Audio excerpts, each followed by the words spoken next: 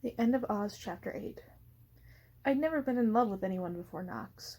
My dopey kindergartner's crush on Dustin was nothing compared to what I felt for Knox, and realizing that I had absolutely no idea what was going on in his head, that he might have an entire history with someone that ended before I'd even met him, a history that I wasn't a part of and knew nothing about, was enough to make me insane. If being in love felt like this all the time, then being in love kinda sucked. I sighed out loud. Jealousy was exhausting. I was giving myself a headache. "Did you have something you wanted to share with the class, Amy?"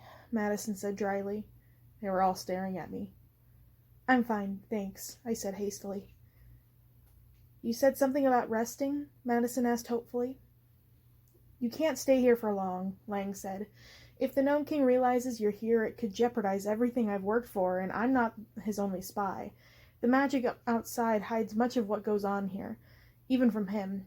But it's still only a matter of time before he realizes you're in my palace." "If you don't want our help, we'll be on our way," Knox said hotly. Clearly, the road brought us here for something else. I wanted to shake him. What in the hell was he thinking? Knox was always strategic, but it felt like he was acting on pure emotion here. We were in a completely different country, where Lang was the only potential ally we'd encountered. Our magic wasn't working, and we had no idea why. We had no food, no water, no shelter, and no way to hide from the Gnome King. Prickly and unstable as she was, Lang was the only chance we had to figure out why the road had brought us to Ev, and what we needed to do next. Nox might have some bad history with her, but her magic was obviously powerful. We needed her more than she needed us, especially if we couldn't fully access our own power. Pissing her off was completely the wrong strategy. "What he means is, we don't want to put you in any danger," I said quickly. "But if we could rest for a while before we travel on, we'd be grateful." Knox opened his mouth again to speak, and this time I did kick him. He shut it with a snap. Lang looked at me wearily. "One night only," she said. "That's really generous," I said. "Thank you." One night wasn't much time, but hopefully it would be enough for me to figure out how to convince her to help us, or to let us help her, which I was guessing she was smart enough to figure out was basically the same thing. Lang beckoned Greta. The little beetle clipped forward, looming over us. Madison swallowed hard. "Greta, show them to the guest chambers," Lang said. She smiled thinly. "You'll forgive me if I leave you now." The air around her face shimmered and seemed to solidify, as I watched the silver mask reformed over her face, but her magic disappearing act didn't stop there. The shimmer spread outward, enveloped her entire body. The kimono swirled around her, and then she was gone. Madison's mouth was hanging open. "Whoa," she said softly. "That was magic." "Yeah," I said. "Can you do that?" "I've never tried the mask part, but disappearing, sure." She stared at me. "Prove it." "Right now it's complicated," I began, but Greta was already clicking toward us. One of her heads nodded toward a mirror-framed doorway, and she pointed with one long, segmented leg.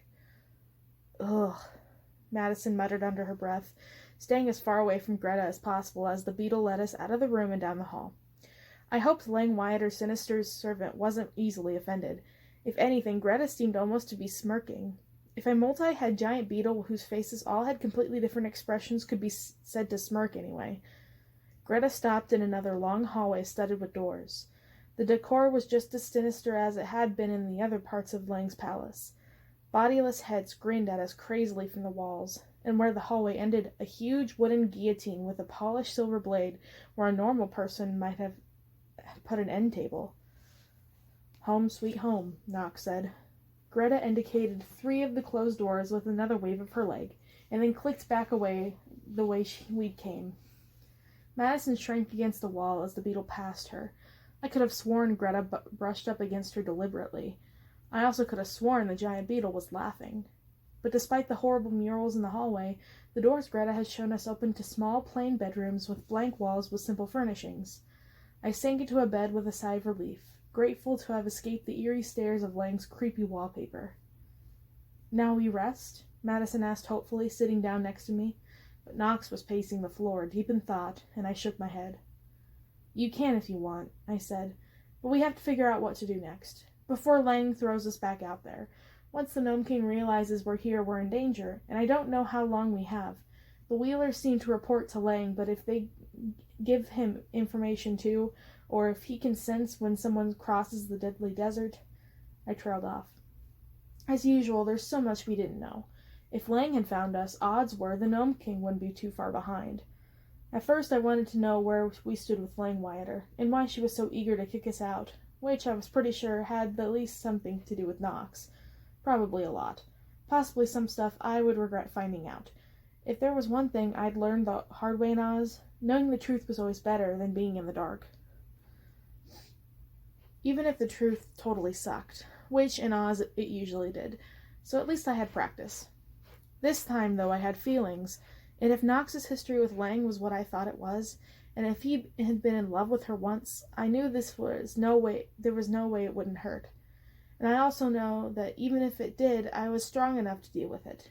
Old Kansas Amy would have blamed her problems on her druggy mom, or Madison's bullying, or her significant lack of friends.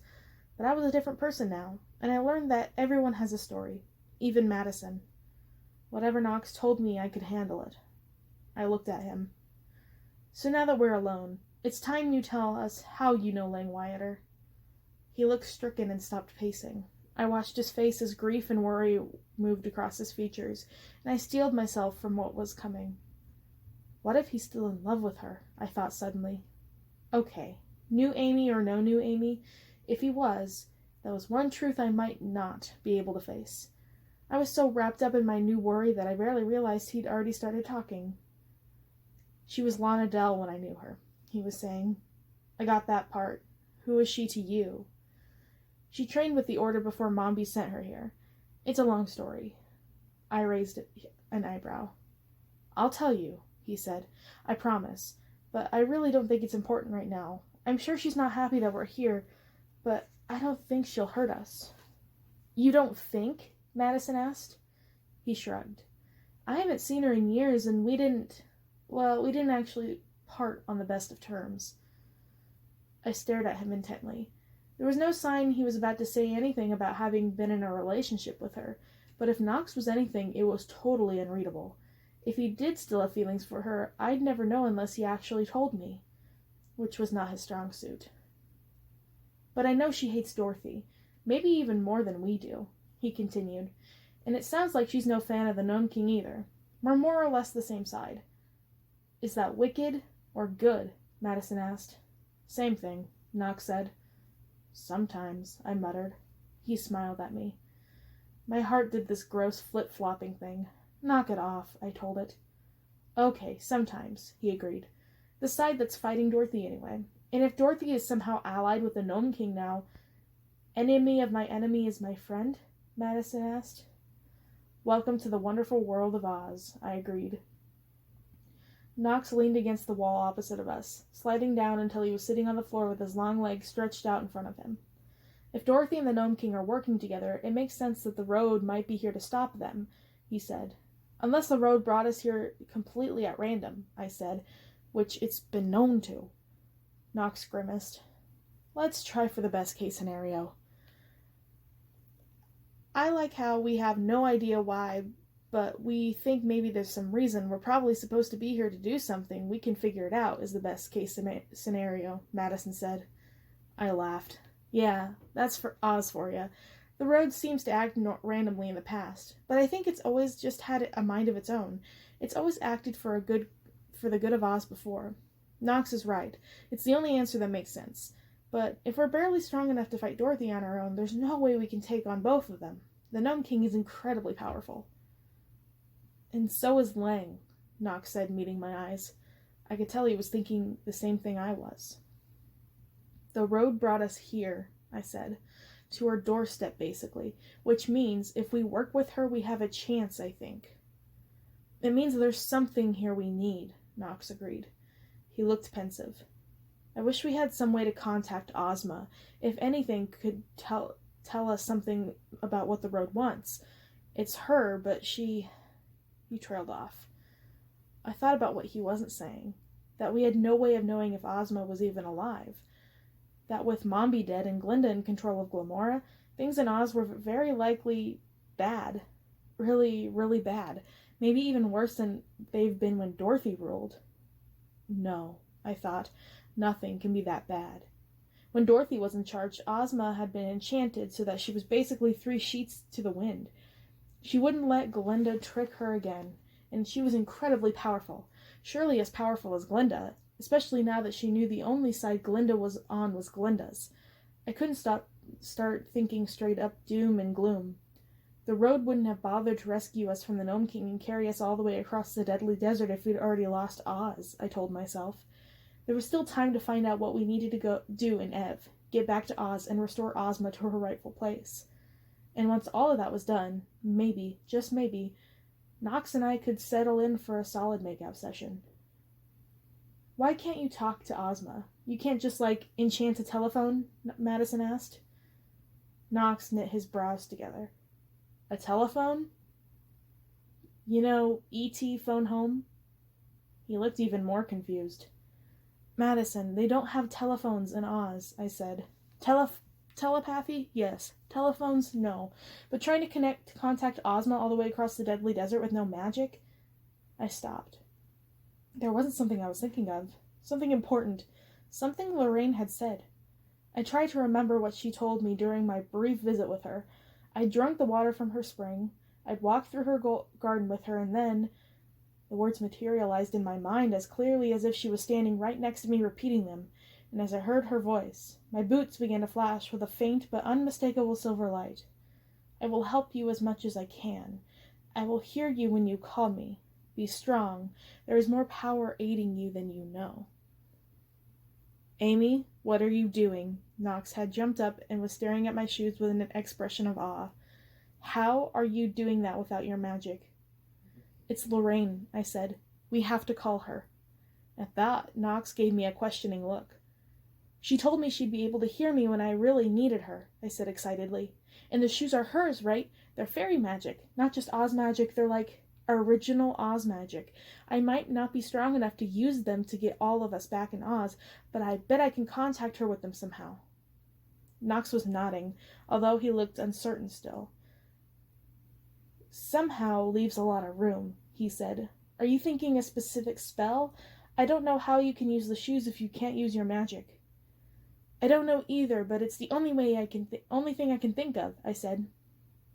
It's worth a try, he agreed. What do you need? I'm not sure, I said. I closed my eyes, reaching within myself the way I've always done in Oz, searching for that indescribable feeling of power, a feeling something wake up inside me, something that only existed in me in Oz, something I'd worked incredibly hard to learn how to harness, and like before, it was as if I could see my magic through a thick, dense wall of jello. I couldn't reach it, I couldn't feel it, but I knew it was there. But I didn't have what I needed to reach it. Come on, Lorraine, I thought. Show me what to do, please. And then Nox reached forward and took my hand. I felt something stir to life within me at his touch. Not magic exactly. Something else. Trust, love, safety. Home, I thought. Nox is home. And with that one word, the wall between me and my power began to dissolve. Lorraine, I said, help me. I didn't know whether I spoke the words out loud or in my heart, but as I said them, they took shape in front of me. A door began to form in my mind, and somehow I knew that asking Lorraine to help had made it appear. I squeezed my eyes shut more tightly. Still holding Nox's hand, I stepped through the portal I'd created. And then, without warning, I began to fall.